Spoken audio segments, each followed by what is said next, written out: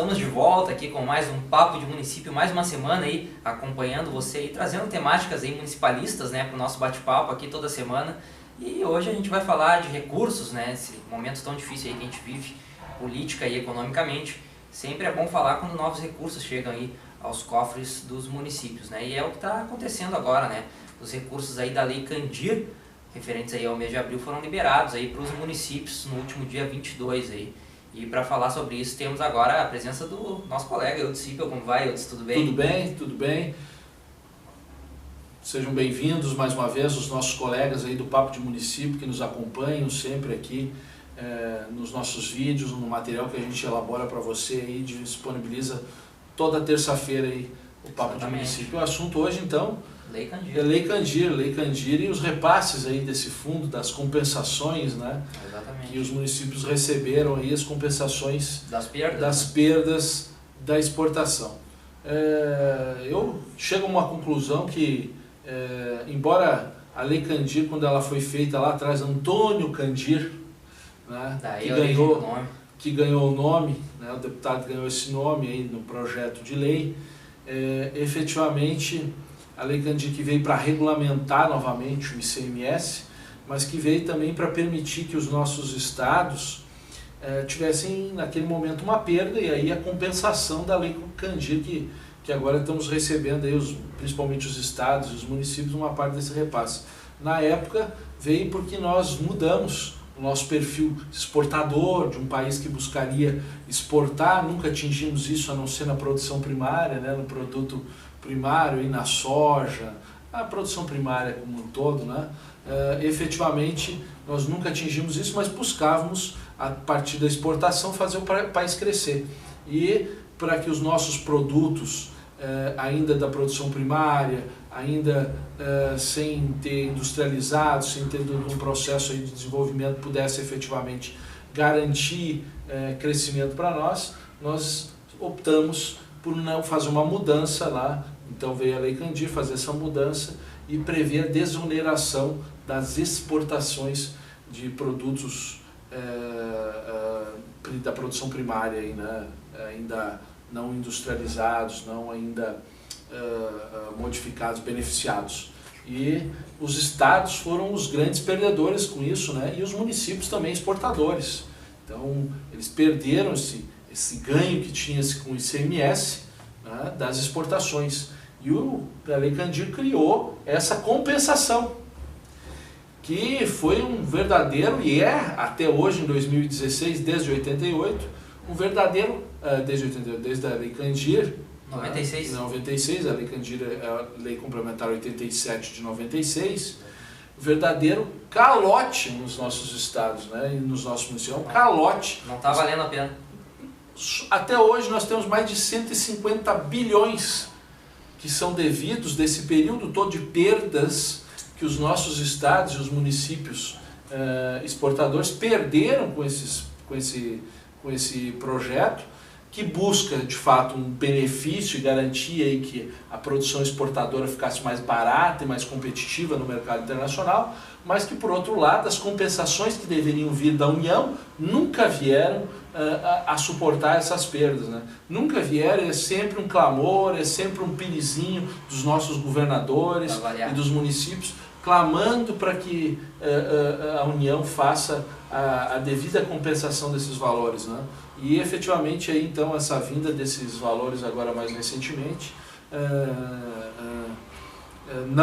não chegam a compensar efetivamente o tamanho das perdas, mas sempre que entra um recurso desse, subproduzido, subdistribuído, né? São valores bem abaixo do que efetivamente deveria se compensar, mas é sempre um gatilho de oxigênio aí nas administrações dos estados e também nos municípios que têm parte aí do fundo relativo às perdas aí com as exportações. Mas quem é que calcula isso? Como é que é feito esse cálculo? Quem é que diz quanto que os municípios devem receber, não devem receber da Lei Candir? Bom, tem toda uma legislação que na verdade desde a Lei Candir já foi modificada diversas vezes, né?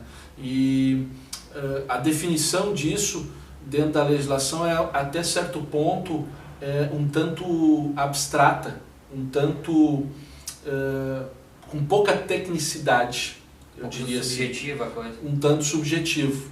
Né? Tanto é que municípios e estados que às vezes não são regiões que nem são tão exportadoras ou que nem teriam esse processo de exportação, recebem equivalente ou mais do que muitos estados e municípios exportadores.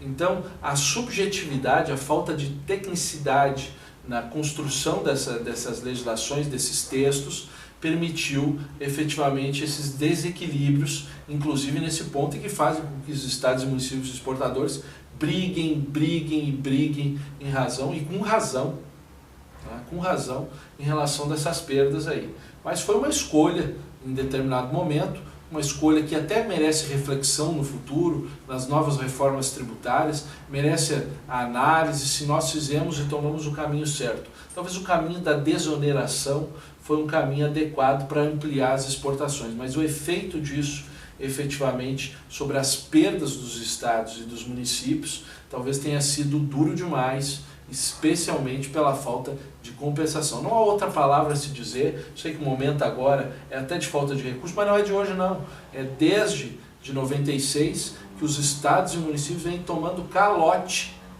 em relação ao não pagamento do fundo relativo aí à compensação das desonerações das exportações que esses estados fizeram, e fizeram num dos últimos momentos, Carlos e caro participante aqui do nosso Papo de Município, num dos últimos momentos em que a República se uniu para criar uma política única, onde as pessoas cederam para permitir que o Estado pudesse crescer, que o país pudesse crescer, abriram mão de receber tributos, pensando num bem maior que era a exportação, que era as empresas crescerem. Agora a gente não consegue, todo mundo é uma briga, eu não abro mão, eu não quero abrir mão da tua fatia, o município também não abre mão aqui, o outro não abre mão lá. Tudo por quê? Porque ninguém mais acredita que ao abrir mão nós vamos conseguir efetivamente ter um ganho ali na frente, porque alguém sempre acaba traindo o outro.